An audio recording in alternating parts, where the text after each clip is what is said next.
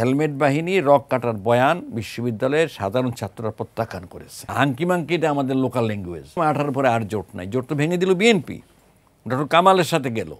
পরবর্তী পর্যায়গুলি জাতি জানে, আপনারাও জানেন। কাজেই পরবর্তী কোনো জোটবদ্ধ আন্দোলনের যে সিঁড়িটা ছিল এটা তো ভেঙে দিয়েছে বিএনপি, আমরা ভাঙিনি। উপায়ন্তর না দেখে দেখার স্বার্থে যখন বিএনপি কোনো রকমের কোনো সাড়া না দেয়, বাকি যে ফোর্সগুলি আছে ফ্যাসিস্টের এগেনিস্টে তাদের সাথে ঐক্য হবে, এটাই খুব স্বাভাবিক। আমরা এখনও বিশ্বাস করি বিএনপির সাথে আমাদের ঐক্য হতে পারে দেশের স্বার্থে, ন্যাশনের স্বার্থে। আমরা তাদেরকে দীর্ঘদিন একসাথে পাওয়ার কারণে এমন কোনো কিছু ঘটে নাই যে আমরা ঐক্যের ক্ষেত্রে আগ্রহী না, বরঞ্চ 18 পরে এই গ্যাপটা বিএনপি তৈরি করছে। বিএনপি তো প্রথম দিকে গণভোটের দিকে একমত ছিল না, এটা পরবর্তী পর্যায়ে ম্যান্ডেট নিবে, নেক্সট সংসদ ডিসিশন নেবে, পাবলিক উইলকে অনার করবে, এগুলি প্রথম দিকে বলছে। সামহাও সমস্ত আলোচনার পর শেষে বিএনপিও একমত হয়েছে গণভোটের বিষয়ে। বিষয় হচ্ছে আমাদের পার্থক্য, আমরা ভিন্ন দিনে করতে পেরেছি, বিএনপি একদিনে রাজি হয়েছে সেম ডেতে। আমাদের আর্গুমেন্ট হচ্ছে যে যদি নির্বাচন ব্যবস্থায় যে মানুষের যেভাবে মার্কাটা চিনে, সিম্বল চিনে, ব্যক্তিকে চিনে, উৎসাহের সাথে ভোটটা যেভাবে দিবে, একই দিনে যদি আর একটা গণভোটের এজেন্ডা আসে, মানুষ কনফিউজড হবে এবং এতে নির্বাচন ব্যবস্থাও ক্ষতিগ্রস্ত হবে এবং গণভোটও ক্ষতিগ্রস্ত হবে।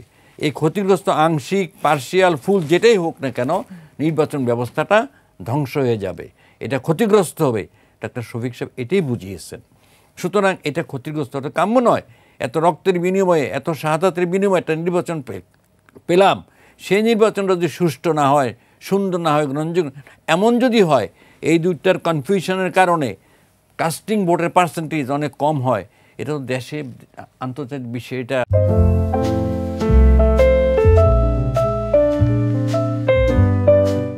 খুব সমালোচনা হবে, আমাদের কনফিডেন্সটা নষ্ট হয়ে যাবে, রাজনীতিবৃন্দ চিন্তার মধ্যে পড়বেন। কিন্তু ইলেকশন দীর্ঘদিন থেকে মানুষ অভ্যস্ত এবং সেই ভোটের আউটকাম অত্যন্ত এক্সিলেন্ট। 2-4টা গুন্ডামি, পান্ডামি বা সন্ত্রাস ছাড়া যেখানেই ফেয়ার ভোট যখনই হয়েছে, 91-এ বিএনপি ইলেকশন করেছে, সেই ফলাফল নিয়ে শেখ হাসিনা ছাড়া ওটা বিশ্ব কেউ চ্যালেঞ্জ করে নাই। 2001-এ আমরা ইলেকশন করছি যৌথভাবে, কেউ চ্যালেঞ্জ করেনি। আমি এটাই বোঝাতে চেয়েছি, শফিক সাহেব এটা বলতে চেয়েছেন, যদি এরকম দুইটা ব্যবস্থাকে অ্যামালগেটেড করে করা হয় তাহলে ফ্রাস্ট্রেটিং হবে, হতাশাজনক হবে, এটাই ক্ষতিগ্রস্ত হবে নির্বাচন ব্যবস্থা। ধন্যবাদ আপনাকে।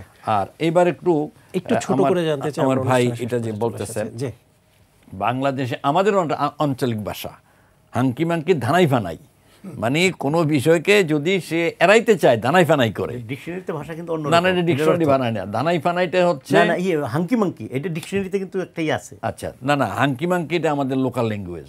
14 গ্রামের ছেলে তাহের, এবং আমি জানি যে এটা কোনো তাল বাহানা করলে হবে না, তাল বাহানা, বুঝতে পারছেন? হাঙ্কি মাঙ্কি, এটা আমি আপনাকে উত্তর দিয়ে দিলাম। এরপরে যেটা বলছেন এটা গুরুত্বপূর্ণ বিষয়, যে ছাত্র শিবির, রক কাটা এবং হেলমেট বাহিনীর কথা বলছেন, আমি চ্যালেঞ্জ করে বলতে পারি, এই জন্য যে আমি ছাত্র রাজনীতি, তারাও ছাত্র জীবনে রাজনীতি করছেন, যে বিশ্ববিদ্যালয়গুলি খুব সেন্সিটিভ জায়গা এবং তারা ডিটারমিনিং ফ্যাক্টরের ব্যাপারে তারা কোনো কিছুর ব্যাপারে কনফিউশন থাকে না। এই হেলমেট বাহিনী রক কাটার বয়ান বিশ্ববিদ্যালয়ের সাধারণ ছাত্ররা প্রত্যাখ্যান করেছে। ধন্যবাদ। প্রত্যাখ্যান করেছে বিধায় এই রক কাটার বিষয়টা এটা চাপানো প্রচার, এবং এটা আমাদের যে সমস্ত শহীদরা ছাত্ররা জীবন দিয়েছে তাদের উপহাস করা, বরঞ্চ তার বিনিময়ে এই সরকারের পরিবর্তন যে ফ্যাসিস্টের, এটা হলো জনগণের স্বস্তি, জাতির একটা প্রত্যাশার পূরণ। আমরা এখানে বিএনপি ছিল না, ছাত্রদল ছিল না বলি না, সবাই মিলে এই পরিবর্তন করি।